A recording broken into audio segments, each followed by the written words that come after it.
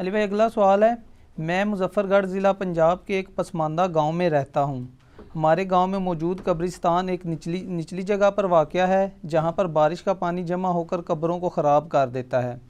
چونکہ قبرستان کے دونوں جانب اونچائی ہے، اس لیے پانی کی نکاسی کا انتظام کرنا تقریباً امپاسبل ہے۔ ایسی صورتحال میں ہم گاؤں والوں پر کیا ذمہ داری عائد ہوتی ہے اور ہم کہاں تک گناہ گار ہو رہے ہیں؟ دیکھیں جی، ڈائریکٹلی تو آپ ظاہر گناہ گار نہیں ہیں، کیونکہ یہ تو گورنمنٹ کا کام ہے، میونسپل کمیٹی کا کام ہے، لیکن اس صورت میں آپ گناہ گار ہوں گے جب آپ گورنمنٹ کے سامنے ان چیزوں کو ہائی لائٹ نہیں کریں گے۔ جب کسی کا گٹر بند ہو جاتا ہے تو وہ کمیٹی والوں سے رابطہ کرتا ہے، باقاعدہ جو ہے وہ خاک روبوں کو بلایا جاتا ہے، صفائی کروائی جاتی ہے۔ تو مردے کی بھی عزت ہے سر۔ سنن نبی داؤد میں حدیث ہے، جس نے مردے کی ہڈی توڑی گویا اس نے زندہ کی ہڈی توڑی۔ صحیح مسلم میں حدیث ہے، کسی شخص کا مسلمان کی قبر پہ بیٹھنا یہ اس سے بڑی چیز ہے کہ کوئی آگ کے انگارے پہ بیٹھ جائے۔ یعنی آگ کے انگارے پہ بیٹھنے کی جو تکلیف ہے نا، اس سے زیادہ عذاب ایک انسان کو اس وقت ہوگا جب وہ کسی مسلمان کی قبر پہ بیٹھے۔ مسلمان کی قبر کی، عام مسلمان کی قبر کی بھی یہ عزت ہے۔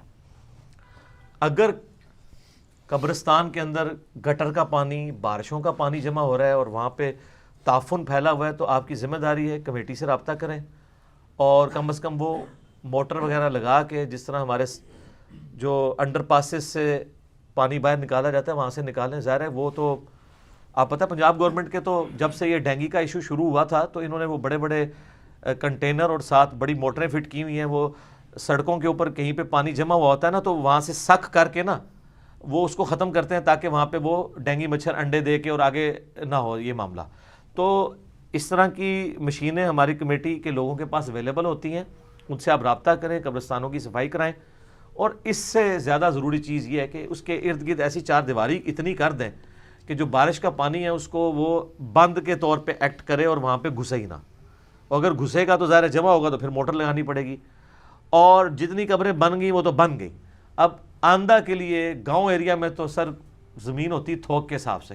یہ تو شہروں کا مسئلہ ہے نا کہ کوئی زمین دیتا نہیں ہے، کیونکہ گاؤں میں ایک مربے کا جو ریٹ ہے نا، شہروں میں ایک برلے کا ریٹ اس سے زیادہ ہوتا ہے۔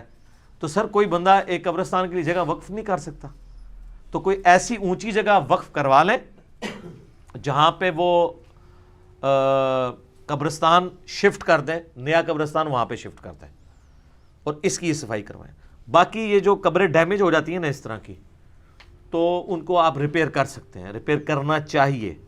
بعض اوقات اتنی قبریں ڈیمیج ہو جاتی ہیں کہ نچلی سلیں بھی نکل آتی ہیں، اور بعض اوقات اس سے بھی آگے بات بڑھ جاتی ہے کہ مردوں کی ہڈیاں بھی پانی میں تیرنا شروع کر دیتی ہیں۔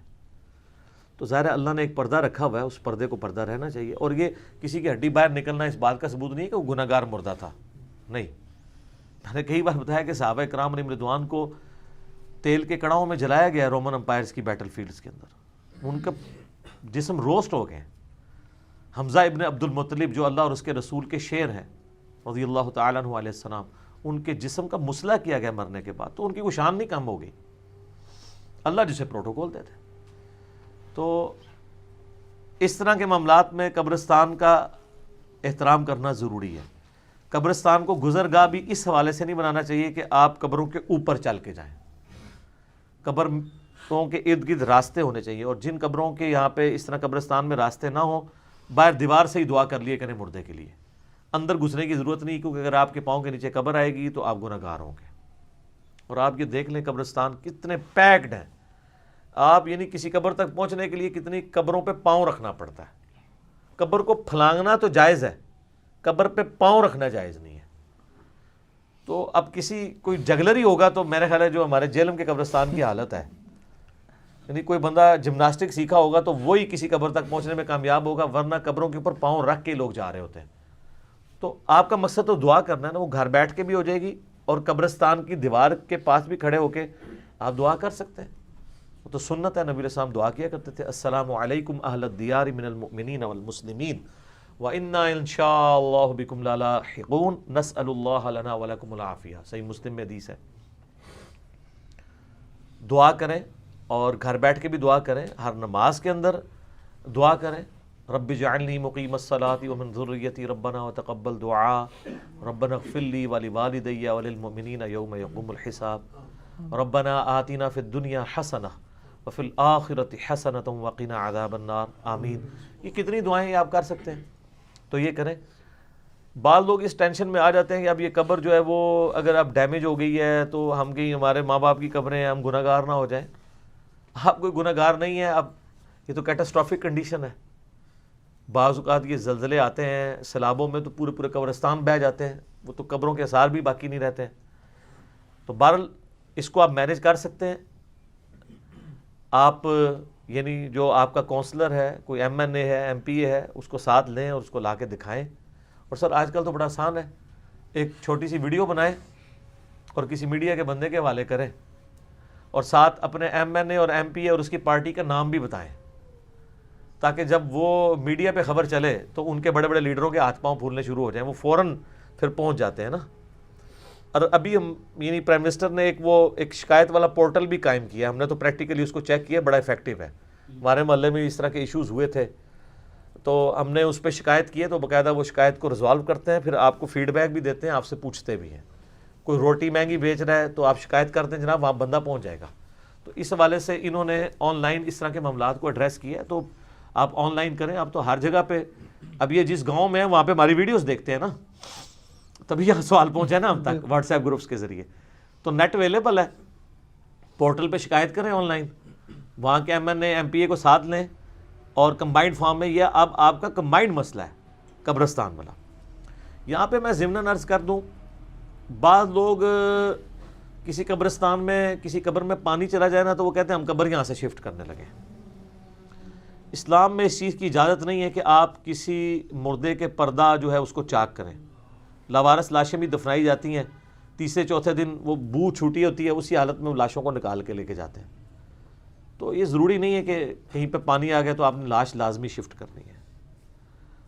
اگر شورٹی ہو تو پھر تو علیحدہ بات ہے. صحیح بخاری میں آتا ہے, حضرت جابر بن عبداللہ کہتے ہیں کہ میرا والد غزوہ احد کے اندر شہید ہو گئے مسلمانوں کی وجہ سے ہی, کیونکہ جب بھگدڑ مچی تو وہ فرینڈلی فائرنگ جس طرح ہوتی ہے نا, اس میں وہ شہید ہو گئے. اس وقت افراتفری تھی تو باقی لوگوں کے ساتھ ان کو دفنایا گیا. میرے دل میں بڑا قلق تھا, تو میں نے 6 مہینے کے بعد ان کو اس قبر سے باہر نکالا اور ان کی لاش شفٹ کی اور بالکل ٹھیک تھی. 6 مہینے گزر چکے تھے. یہ صحیح بخاری کے اندر ہے. حضرت عمر کے بارے میں صحیح بخاری میں 1390 نمبر اثر ہے کہ آلموسٹ 70 سال کے بعد ان کا پاؤں نکل آیا تھا حجرہ عائشہ کی دیوار گرنے کی وجہ سے سلام اللہ علیہ, تو وہ دوبارہ دفن کیا گیا. تو اللہ جس کو پروٹوکول دے دے تو وہ اللہ کا معاملہ ہے, باقی ہر ایک کے لیے نہیں ہے. یہ عراق کے بارے میں ایک مشہور کیا ہوا ہے 8 سے 100 سال پہلے جی, وہاں پہ بھی 2 صحابہ کی قبروں میں آ گیا تھا پانی, تو وہ پھر خواب میں آیا. یہ کچھ یوٹیوب پہ بہت کچھ رکھا ہوا ہے, لیکن ویڈیو کسی نے نہیں آج تک دکھائی ہے. سب ایز اے سٹوری سناتے ہیں اسے, ٹھیک ہے, اس کو ایز اے سٹوری سناتے ہیں. فزیکلی تو کہیں میں نظر نہیں آیا. وہ جتنے واقعات چڑھائے ہوئے ہیں تو وہ فزیکلی کسی نے ویڈیو نہیں دکھائی. اور میں حیران ہوں کہ 100 سال پہلے تو کلرڈ ویڈیوز بھی بنتی تھی, پوری دنیا سے لوگ وہ کہتے ہیں ہم نے اکٹھے کیے ہیں. اتنے میڈیا کے لوگ تھے, کسی ایک نے بھی کوئی ویڈیو نہیں بنائی ہے. تو یا اللہ معافی دے, کوئی کہانی تو نہیں ہے بھی. چلو یہ کوئی 300-400 سال پہلے کی بات ہوتی تو ہم کہتے کہ یار اس ٹائم تو نہیں تھا. یا تو کہتے ہیں میڈیا کے لوگ بلائے گئے اور بڑی سکرین پہ دکھایا گیا, اتنے کافر مسلمان ہو گئے, تو سکرین ایڈی وڈی تھی, بجائے اینی جی ویڈیو نہیں بنی تو یہاں تصویریں بنا لیتے.